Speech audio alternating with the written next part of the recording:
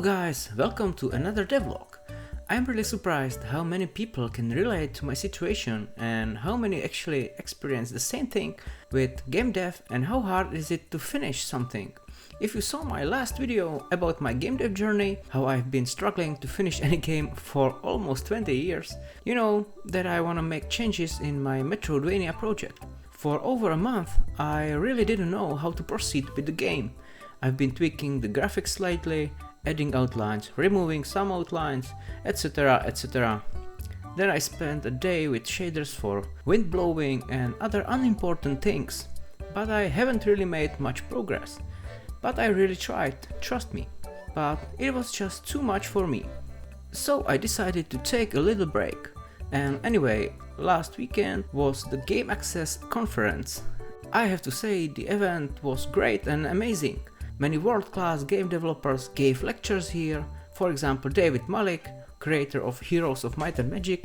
There was also a concert by Frank Klepatsky, who created the soundtrack for Command & Conquer series and much more. There were a lot of indie games and me and my colleague from our Troglodyte studio also showed our upcoming casual game, the Happies Ember Falcon, where you fly with a hot air balloon.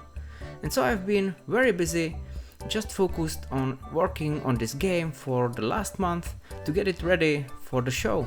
And we received a lot of feedback from the players, but also from developers, and we really enjoyed the event. We would like to finish and release the game by the end of September, but you can add it to your wishlist right now. After that, we would like to start working on a new, bigger, better and more interesting project. So you have something to look forward to. I would like to make devlogs about it as well. Anyway, back to my solo project, Shadowflower.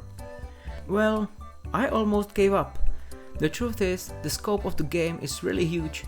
I thought there would be 10 different environments or tile sets. Each area would have something between 20 or 30 screens. And that makes almost 300 different screens in total. And that's a crazy number. Each area should also have unique enemies, mechanics and decorations. That's a lot of work for just one man. So I decided to change the game from the ground up. Previously it was supposed to be very focused on fights in almost every room, but I would like to move the game in a slightly different direction. Move towards a story where not only dialogues are used but also logical puzzles and tasks or quests to tell the story, and that would definitely involve a much smaller number of screens. Each screen would have a reason, meaning, important object or anything interesting.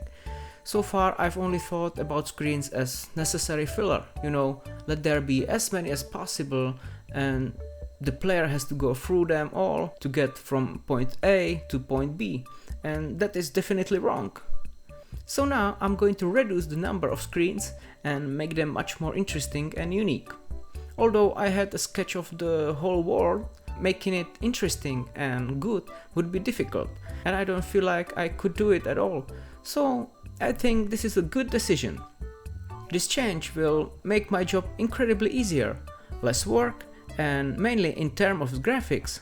Drawing a character is one thing, but making animations is another, and it is incredibly complicated for me. And I wanted quite a lot of those animations, various attacks and jumps, wall slides and so on. And making pixel art animation drives me crazy, so I really switched from pixel art to hand-drawn graphic style. You might think, so it will be a Hollow Knight after all. But you're wrong. This is how it actually looks like. I wanna make something unique, and this came out as a good idea after 2 days of trying different styles. I think it is different from other Metroidvanias I know, and it's just a few simple shapes and brushes together. In Unity I added some parallax and it all took about an hour to make. Of course it still needs a lot of work, it's just a rough sketch, but I'm happy with the result. But what do you guys think? Let me know in the comments. This graphic style will allow me to make animations much more easier. I can create animations both in Unity, and I also have a software called Spine, which is really handy. I haven't done much animation in it yet, but it works really well. I know, I've been saying all along that I want to build levels with tile sets, but I'm not going to do hundreds of screens anymore, so I've given up on that, and it will also help the variety of screens for sure. First thing first, I started reworking the character controller. I spent a lot of time on it, and the character can handle slopes now. And it fits perfectly with my idea of the game. I really want it to be fluent, and the slopes allow for much smoother movement without unnecessary bumpings into the walls and so. For now, I'm working on the main character. I have an idea in my head of what it should look like, but for now we have to settle for a moving rectangle. But I still think it looks good. I also added other mechanics like entering buildings that you can then explore. They are basically just extra screens, but it's worth the work. The world is more believable and has depth. Then I remade the whole dialogue system. Until now, it was actually more of monologue system. Only the other person was speaking. Now I've added options for you, what you can say, and the system supports up to 3 different options, but it can easily only have 1 or 2. Each answer then leads to a different branch of the dialogue tree. In my opinion, it draws the player much more into the game and story when they have to participate and make decisions and not just be a spectator. Another new mechanic is a puzzle solving. I love the idea that you have to use your brain and it's not just mindlessly running around and fighting enemies. I wish there were more puzzles in the game. So far I only have this one where you have to move circles around until it makes sense. It's nothing complicated, but I can adjust the difficulty. I can add more circles, but it works and I am happy with that. If you saw one of the earlier videos, I showed how I deal with loading different languages into the game.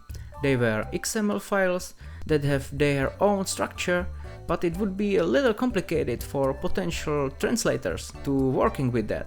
So I decided to work on that as well, and now I have an Excel sheet that is easily editable for everyone.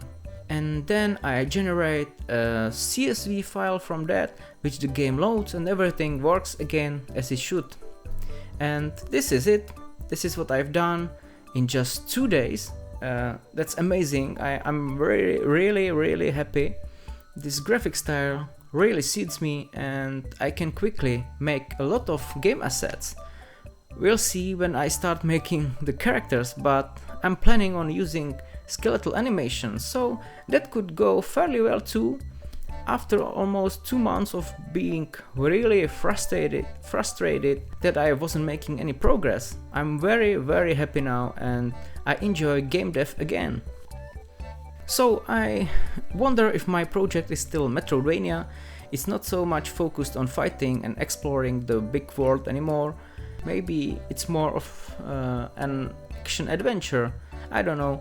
Anyway, the project continues. This is a new start I really needed, and I am confident that I made the right decision with these changes, and I hope to see you in the next video. Bye!